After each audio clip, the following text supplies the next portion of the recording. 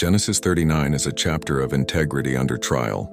Joseph, sold as a slave in Egypt, rises and falls, yet the hand of God never leaves him. Joseph was taken down to Egypt, and Potiphar, an officer of Pharaoh and captain of the guard, bought him from the Ishmaelites. The Lord was with Joseph, and he prospered in the house of his Egyptian master. When Potiphar saw that the Lord gave Joseph success in everything, he put him in charge of his household. From that time, the Lord blessed the Egyptian's house for Joseph's sake. Everything in Potiphar's hands Joseph managed. Joseph was well built and handsome. After a time, Potiphar's wife cast her eyes on him and said, "Lie with me." But Joseph refused. "With me in charge, my master does not concern himself with anything. He has withheld nothing from me except you, because you are his wife. How then could I do such a wicked thing and sin against God?" Day after day she spoke to Joseph, but he refused. One day, when no one else was in the house, she caught him by his garment and said, "Lie with me." But Joseph left his garment in her hand and fled outside. When she saw that he had left his garment and fled, she called her household servants. "Look, this Hebrew was brought to make sport of us. He came to lie with me, but I screamed. See, he left his garment beside me." She kept the garment until her husband came home and told him the same story. "This Hebrew slave you brought mocked me." But when I screamed, he left his garment and ran away. When Potiphar heard his wife's words, his anger burned.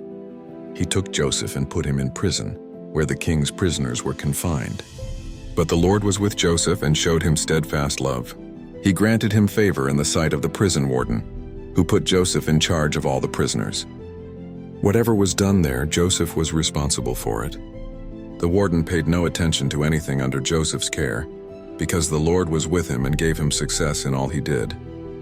Genesis 39 shows us a man who had every reason to compromise, but who clung to God's presence. Joseph was betrayed by his brothers, sold as a slave, falsely accused, and unjustly imprisoned.